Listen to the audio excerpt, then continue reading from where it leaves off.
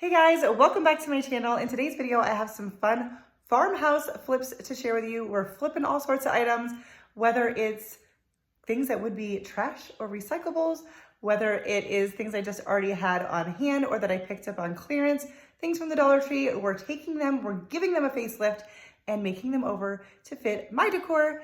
You, of course, can do it your own way to fit your decor. But without anything further, let's get started with today's budget-friendly DIYs. To start off, we've got this plant. This was from the Dollar General. It says $4. I'm pretty sure I paid like well under $1 for this. I picked up a bunch of these one time when Dollar General had a huge clearance, and I bought a ton of plants for very little. So we're gonna go in. I'm gonna just show you this part briefly. My plan was to go in with this elephant color, and the white lines here are kind of recessed, and I was going to do this thing where then you pulled them out. I don't even know how to describe what I was trying to do, but I kind of forgot about it and then just painted a thick coat of white paint over it. And I was like, okay, well, forget about that white or the elephant color underneath. So we're going to still bring a little bit of that back up, but I just wanted to kind of spruce up the base for this plant to go better with my decor. So we're giving this a coat of white paint, and I am doing the bottom as well. And then I'm going to go in with sandpaper. That didn't really work super great. What I wanted to do was sand off I wanted to highlight the grooves where I had the dark paint. So I'm going in with this little metal scraping tool. This ended up actually working pretty good. I'm not trying to bring it out super dark. I'm just wanting to bring like a textured, rustic look to this planter.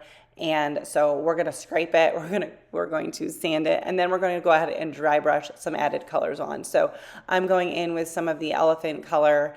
Then when I got too much, I would go back over it with my white paint just to dull down what I had gotten too heavy on. So this may have not been the best method to get the look that I wanted, but I got the look that I wanted. And in the end, isn't that all that really matters? So I'm layering in some burnt umber. And once again, I'm just using a stencil brush, dabbing off most of the paint and just doing a little bit of a dry brush. I love this look, and if you don't love that look, you can just do a flat color. But keep in mind when you find plants, potted plants that are on sale, on clearance, if you don't like the pot, it's okay, you can paint it. And then I remembered that I wanted to put feet on the planter. So this could have been done before I painted it, but it wasn't, so I'm going to go in now with some wood beads, and I'm using some Gorilla household glue, and then also a little bit of hot glue just to try to get an immediate hold, but the hot glue, in my opinion, wouldn't hold as super great. So we're just going to attach 4 of these to the bottom. I almost only did 3, more like a triangle pattern, but I did 4, and then I went back in and painted them. So would have been easier to do it from the beginning, but sometimes my projects evolve or I forget what I'm doing. Anyways, I like how this one came out. Next up, I have this glass jar. This is a salad dressing bottle. This is the brand Marzetti. I think they've switched them to plastic, which is kind of a bummer because I was saving them up. But you could also use like some of those, well, basically any jar you want, whether you pull it out of your recycling bin or you buy it at the thrift store, or buy it at the Dollar Tree, coffee, you can buy those jarred coffee drinks. Anyways, I'm taking a jar, but I thought the shape of this was perfect for like an old milk bottle look. I did clean it with some rubbing alcohol to get off any fingerprints or oils that come from our hands. And I'm going to stipple on this white paint. And I end up doing like 2 to 3 coats to get full coverage. And I dried it with my heat gun in between. But I'm not going to do a whole lot with this one. This one's going to be pretty simple, but I love this look.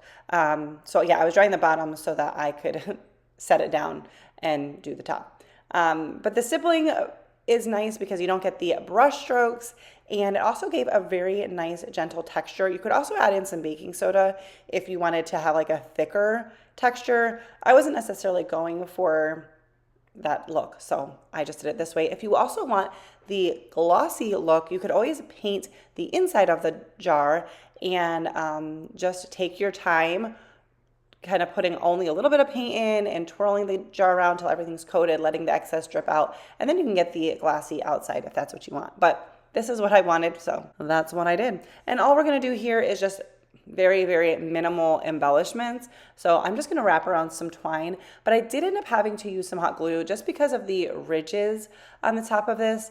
I couldn't get it like covered the way I wanted to.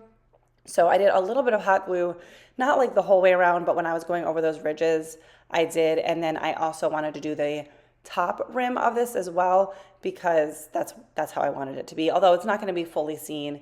So not like the top rim, but up to the top, I guess is what I was trying to say. Anyways, now we're going to go in with a lighter and burn off any of the fuzzies. Just, I don't like the super hairy look, but I also like the burnt look that it gets when you use a lighter. So just use it with caution. Be careful. If there's like a really, really fuzzy spot, sometimes the flame will carry a little bit. So, you know, use safety. And then I'm just doing a very simple shoestring bow. I do cut the tails on that, but not a ton because I like the longer look. And I just put some lamb's ear in this, and I thought this came out really pretty. Very simple, but something nice to kind of mix in with your other decor. It's nice to have a lot of neutral pieces, at least in my opinion. I like color as well. I mean, brown's a color, green's a color here, but I like it. I like to just decorate that way. Up next, I have this spool. This had some thick braided ribbon trim stuff from Hobby Lobby. And when I was done with it, I saved it because I was like, this is kind of cool. Kind of could make this into look like a vintage like spool. So that's what we're doing. I'm going to tear off this top layer because it's a little bit more shiny and I thought it would be harder to paint. And I did that on the top and bottom. And then I'm once again going in with like a chippy brush to do this little stippling motion. And I'm going to do a couple shades of brown. This lighter one ends up not being seen a ton, but sometimes you just kind of have to get going and, I don't know, feel it out. So I'm going to paint the whole thing, all of the surfaces that can be seen. I'm going to paint with this color, and then we're going to go ahead and layer it with a darker one as well. And this took a couple of coats, but I just kind of went until it was covered the way that, you know, I wanted it to be. I don't want to say that I was trying to make it look exactly like wood because I didn't know if I could pull that off, but I did want it to have a little bit more of that feel, and I wanted it to look older and a little bit worn.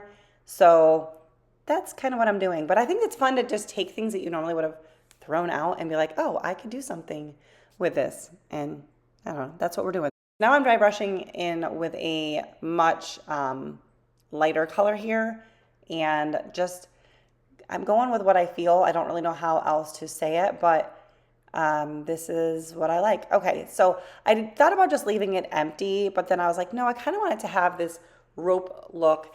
And I had this thicker, I don't know if it's called jute cord or rope.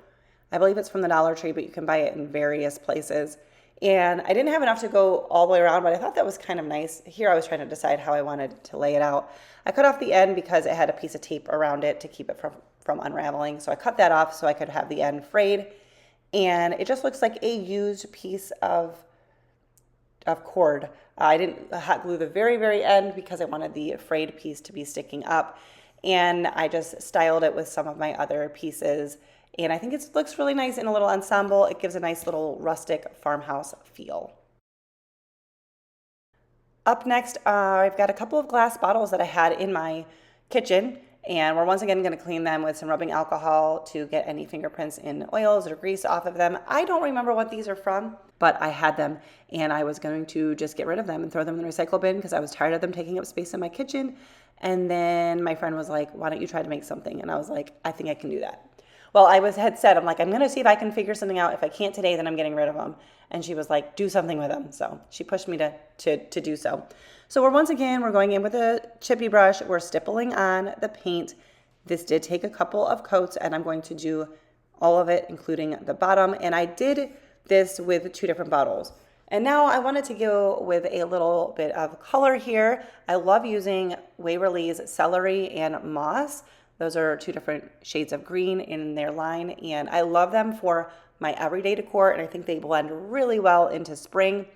So I taped off the portion that I wanted to paint. We're once again doing the stippling.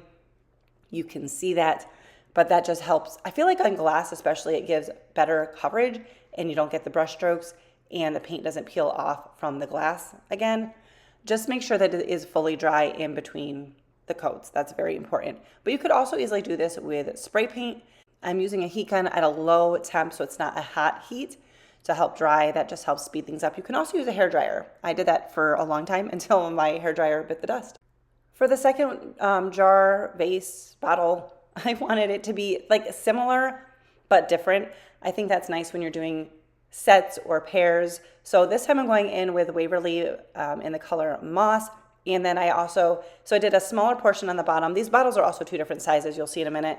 But I did the bottom, and then I also did the top rim of the bottle. So I wanted them to be similar but different. And then we're going to peel off the painter's tape, and this came out beautifully, but you can see I went over the tape.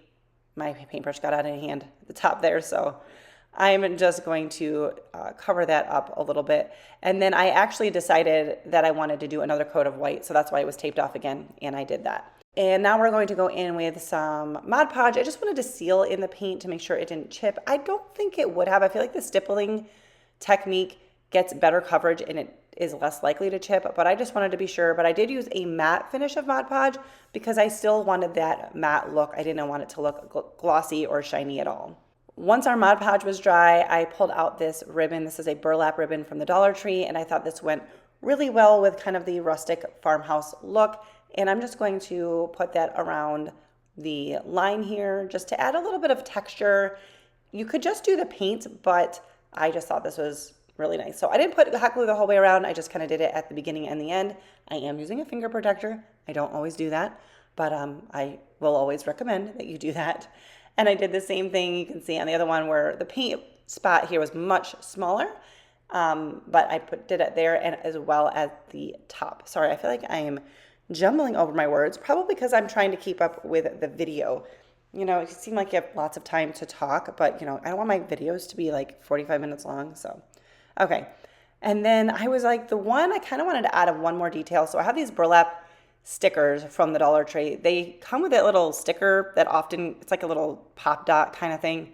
They often come off. I just use hot glue. So that's what I'm going to do. And I was just trying to decide where I wanted to put it, and I decided to put it on the, like overlapping this burlap ribbon. And I thought that was a really nice touch. And I am just going to style these with a little bit of greenery in them. And I think this is a really nice piece. I like the height of them. Sometimes you want things with more height in your decor, and these offer that. For this DIY, I'm working with a cutting board sign. So it's shaped like a cutting board, but it's thin like a sign from the Dollar Tree. This has been worn a little bit, but I'm showing you how, I'm not gonna show you in depth how I did this, but if you wanna scrape off the paper, just lay a damp paper towel on it, and you might have to do a couple layers because there's like the glossy layer of the paper, then there's the paper, and then there's sometimes some glue. But I did that and scraped it all off, and then here I'm just sanding off anything that's left. There really wasn't much, and then I'm using my little handy vacuum to vacuum up any dust and also clean up our surface as well. Now, if you didn't want to do this, you could paint over the paper. Sometimes that works, but sometimes the paper will end up curling up. You could also glue on some scrapbook paper on top of that. So you don't necessarily have to take that step, but I do think it looks really nice when you do. And I'm going in with Waverly chalk paint in Snow White, I believe. And once again, the chippy brush, I'm learning how much the chippy brush is my friend. Now, I did have to just pull a hair out. Sometimes the chippy brush loses, I guess not hair, bristles. But they really are nice for a lot of projects.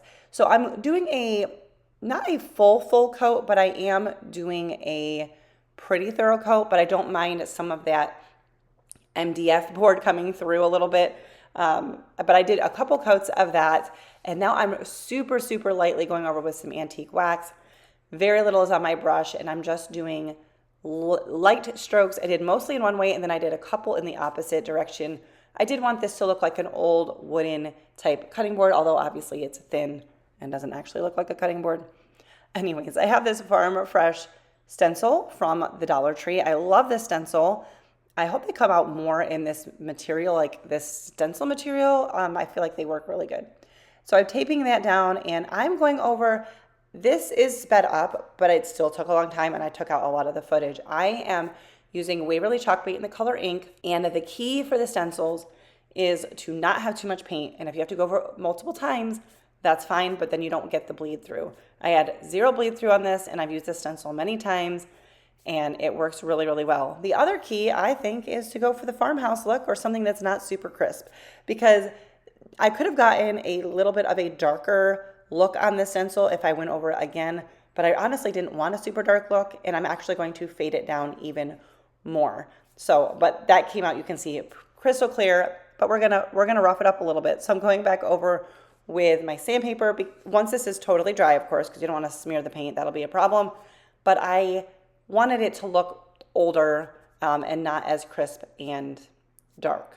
So now I'm wiping off the dust, and you can see how that came out. You can see so much texture here.